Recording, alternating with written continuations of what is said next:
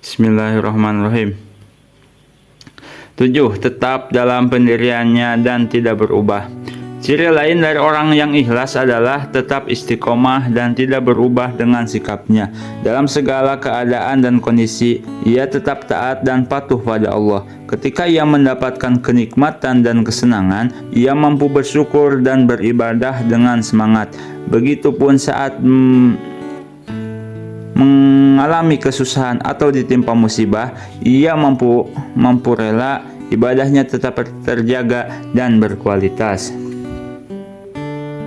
Sesungguhnya keikhlasan sejati adalah ketundukan dan penyerahan total kepada Allah.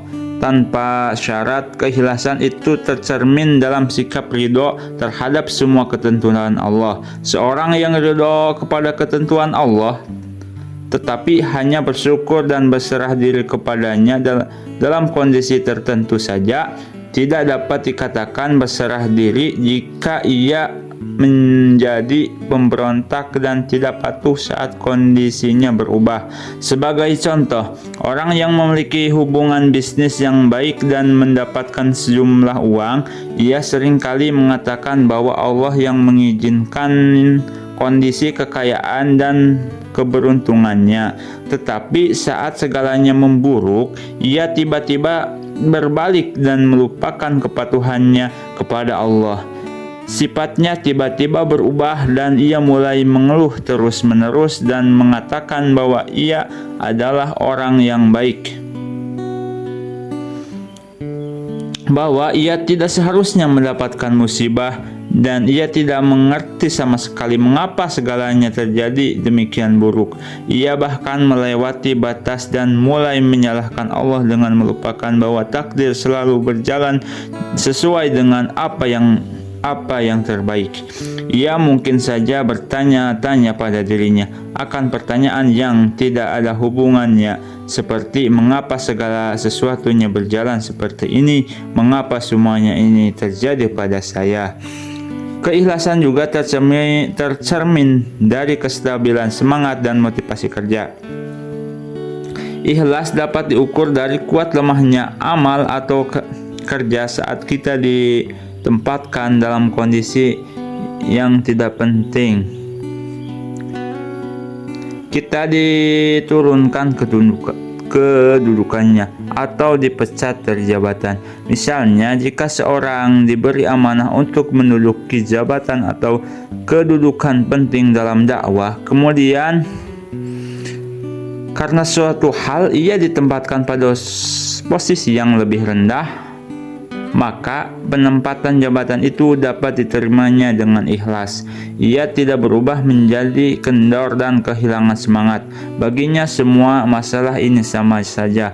Bahkan jika ditentukan untuk menduduki suatu jabatan atau diserahi suatu tanggung jawab, lalu ia mengetahui bahwa ada orang lain yang lebih pantas darinya dan lebih mampu melakukannya, maka saat itu juga ia bersedia meninggalkan tanggung jawab tersebut dan menyerahkan kepada orang yang lebih mampu. Hati seorang yang ikhlas tidak dikuasai kesenangan untuk tampil, menguasai barisan, dan menduduki jabatan strategis dalam kepemimpinannya, tetapi dia lebih mementingkan kemaslahatan bersama karena takut ada kewajiban dan tuntutan kepemimpinan yang dia lewatkan. Bagi orang yang ikhlas, reward dari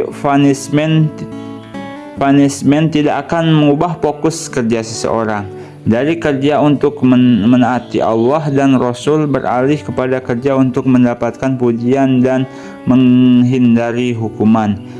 Dari kerja untuk meraih pahala Allah beralih kepada kerja untuk mendapatkan keuntungan duniawi. Seringkali kita hanya bekerja untuk menghindari blacklist. Kalau tidak kerja nanti dianggap bermasalah. Kalau tidak memimpin kelompok termasuk dalam daftar orang yang kurang produktif. Kalau tidak hadir rapat nanti dianggap pemberontak. Sesungguhnya semuanya untuk Allah, bukan untuk jabatan, kedudukan, uang, atau pimpinan. Dikisahkan ketika Khalid bin Walid radhiyallahu anhu sedang memimpin satu peperangan dan kemenangan sudah hampir diperoleh, tiba-tiba datang surat pemecatan dari Khalifah Umar bin Khattab radhiyallahu anhu kepadanya. Tanpa menyebutkan alasannya, panglima perang harus diserahkan kepada salah seorang anak buah yang lebih junior darinya. Perintah itu diterima Khalid tanpa reserve. Kini ia menjadi prajurit biasa, namun semangat juangnya tidak berkurang sedikit pun. Usai peperangan yang dimenangi oleh kaum muslimin, salah seorang bertanya kepadanya, "Kenapa semangat juang Anda tidak terkendor setelah jabatan Anda sebagai panglima perang diserahkan kepada anak buah Anda?" Dengan enteng Khalid bin Walid menjawab, "Saya berjuang bukan karena Umar, tapi karena Allah." Begitu ikhlasnya Khalid bin Walid.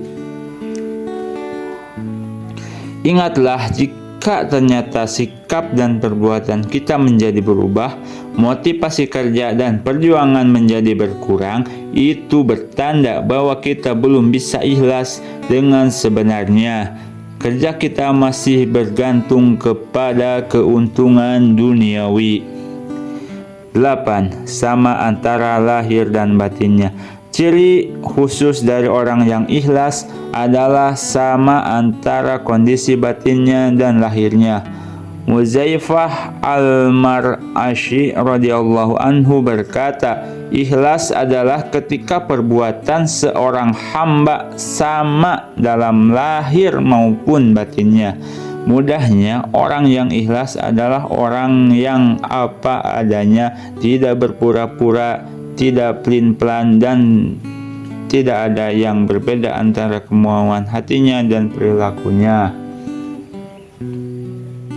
Jika ia berkata A, berarti hatinya juga A. Dan jika ia mengatakan B, maka hatinya juga B. Misal, ketika ia bersedekah dan berkata kepada penerimanya, "Saya memberi ini ikhlas lillahi ta'ala," maka ia tidak sedang berpura-pura dengan kata-katanya. Dan kata yang keluar dari mulutnya itu memang berasal dalam lubuk hatinya. Dan yang mengetahui dari semua keadaan ini adalah diri kita sendiri. Kita bisa mengoreksi pada diri kita, apakah kita telah benar antara omongan dan tindakan, antara kata-kata dengan perbuatan. Jika kesamaan antara lahir dan batin merupakan ciri orang yang ikhlas, maka kebalikannya adalah orang yang munafik yang tidak sama antara lahirnya dan batinnya. Al-Quran dengan jelas menerangkan sifat orang-orang yang beriman yang ikhlas dan sifat-sifat orang yang munafik. Membuka kedok dan kebusukan orang munafik dengan berbagai macam cirinya. Di antaranya adalah firman Allah dalam Quran surat At-Taubah ayat 44 sampai ayat 46. Orang-orang yang beriman kepada Allah dan hari akhir tidak akan meminta izin kepadamu untuk tidak ikut berjihad dengan harta dan diri mereka. Dan Allah mengetahui orang-orang yang bertakwa. Sesungguhnya yang akan meminta izin kepadamu hanyalah orang-orang yang tidak beriman kepada Allah dan hari akhir, dan hati mereka ragu-ragu, karena itu mereka selalu bimbang dalam keraguan-raguannya. 9. Suka jika mendengar orang lain mendapat nikmat. Di antara tanda keikhlasan seorang adalah ia senang jika mendengar orang lain mendapatkan nikmat sendiri tidak mendapatkan atau bisa ikut merasakannya. Ia selalu suka dan ikhlas jika ada orang lain yang dapat nikmat atau keistimewaan tertentu. Ia senang dan bahagia ketika melihat ada orang yang berbuat taat kepada Tuhannya. Mengapa? Karena orang yang ikhlas selalu menyukai perbuatan Allah. Ia mampu rela terhadap segala kehendak dan keputusan Allah. Apapun yang dilihat dan disaksikannya dari perbuatan Allah adalah baik, indah, dan penuh hikmah. Keikhlasan yang demikian ini sebagaimana tergambar dalam ungkapan sahabat Ibnu Abbas radhiyallahu anhu, "Bila aku mendengar berita tentang hujan yang turun di suatu daerah, maka aku akan gembira, meskipun aku di daerah itu tak mempunyai binatang ternak atau padang rumput. Bila aku membaca sesuatu ayat dari Kitabullah, maka aku ingin agar kaum muslimin semua memahami ayat itu seperti apa yang aku ketahui." Orang seperti Ibnu Abbas tak pernah memikirkan apa yang ia peroleh dari kebaikan yang ia lakukan. Ia cukup merasa bahagia hanya dengan mendengarkan informasi kebaikan yang mungkin tidak terkait langsung dengan kepentingannya. Orang yang ikhlas tidak pernah keberatan dengan keberadaan orang lain yang lebih pandai, lebih soleh, lebih bermutu darinya. Meski menurut pandangan manusia, ia akan tersaingi dengan keberadaan orang yang melebihi dirinya. Namun, orang yang ikhlas beramal bukan untuk mencari popularitas. Baginya yang terpenting adalah maju bersama demi kepentingan bersama. Seorang mukhlis tidak pernah merasa terganggu, terganjal, dengki, atau gelisah melihat ada orang lain diberi ilmu dan kepandaian yang melebihi dirinya. Justru ia merasa bahagia karena ia punya teman yang bisa membantu untuk diajak bekerja sama. Adanya sikap iri dan dengki, saling mengalahkan dan berebut pengaruh, saling membenci, dan berbagai sifat tercela lainnya, itu disebabkan karena ketidakikhlasan hati kita. 10. Tidak mengungkit-ungkit atau menyebut-nyebut amalnya. Jika kita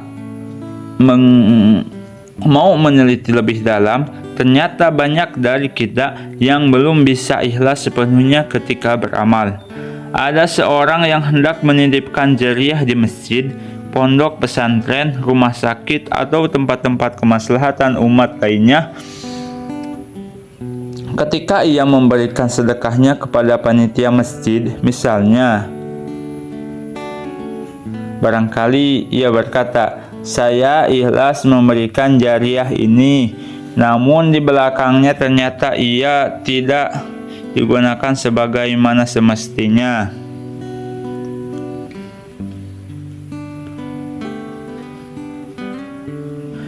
Di belakang ia suka menyebut-nyebut sedekahnya agar jariah itu tidak dilupakan orang. Dan kalaupun perlu ia menuliskan namanya di bangunan masjid itu, seakan ia tidak rela jika sedekahnya itu disebut dan diingat orang lain. Jika kita memang ikhlas lillahi ta'ala, tentu kita tidak akan peduli dengan mengingat lagi amal kita. Apabila kita telah memberikan kepada orang yang dapat dipercaya, tidak perlulah kita menyelidiki atau menelitinya. Bagaimana pentasarufannya dengan digunakan untuk apa aja? Apakah uang itu ditasarufkan untuk membangun masjid? Apa untuk panitia yang mengerjakan bangunan? Apa justru digunakan untuk keperluan masjid lainnya? Itu bukan urusan kita. Urusan kita adalah kita telah beramal dan melakukan niat yang benar. Allah Maha Tahu segalanya. Jika kita ikhlas, maka Allah sanggup memberikan pahala yang tidak terkira dan terbatas. Jika Allah saja bersedia memberikan pahala terhadap niat kita, lalu apa susahnya Allah memberikan pahala yang besar terhadap amal kita? Ringan dan nikmat dalam beramal.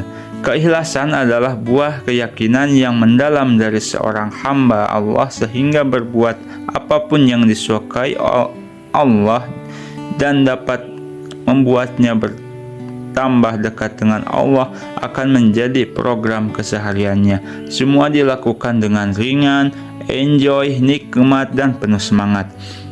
Dalam menisbati orang-orang mukmin yang ikhlas, Allah berfirman dalam Quran surat Al-Mu'minun ayat 41, mereka itu bersegera untuk mendapatkan kebaikan-kebaikan, dan merekalah orang-orang yang segera memperolehnya. Mereka adalah orang yang bersegera ketika diajak berbuat ketaatan, karena mereka ikhlas dalam menjalaninya. Mereka sangat menginginkan dan merindukan pahala dari Allah. Karenanya mereka menjadi sangat ringan, senang, dan mampu menikmati segala aktivitas ketaatan mereka. Ketika mendengar panggilan azan berkumandang, hati mereka menjadi berbunga-bunga dan bahagia. Kemudian Allah mensifati orang-orang munafik yang suka berbuat riya sebagai orang-orang yang malas berbuat ibadah dan ketaatan. Al-Quran memfirmankan, dan apabila mereka berdiri untuk sholat, mereka berdiri dengan malas. Mereka bermaksud riya dengan sholat di hadapan manusia, dan tidaklah mereka menyebut Allah kecuali sedikit sekali. Quran surat An-Nisa ayat 142. Tidak fanatik golongan. Seorang muslim yang ikhlas sangat sadar bahwa tujuan dari perjuangan hidupnya adalah untuk Allah, maka yang akan dibela pun adalah kepentingan yang diridhoi Allah, tidak bergantung pada keinginan kepentingan pribadinya. Selama apa yang diperjuangkan adalah untuk membela agama Islam, maka ia akan turut membela selama yang dilakukan adalah diridhoi Allah, maka ia akan mendukung dan membantunya. Seorang yang ikhlas tidak akan membeda-bedakan teman, tegur sapanya tidak akan terbatas pada orang tertentu, senyumnya tidak akan terbatas pada yang dikenalnya saja, dan pintunya selalu terbuka untuk siapa saja. Wassalamualaikum warahmatullahi wabarakatuh.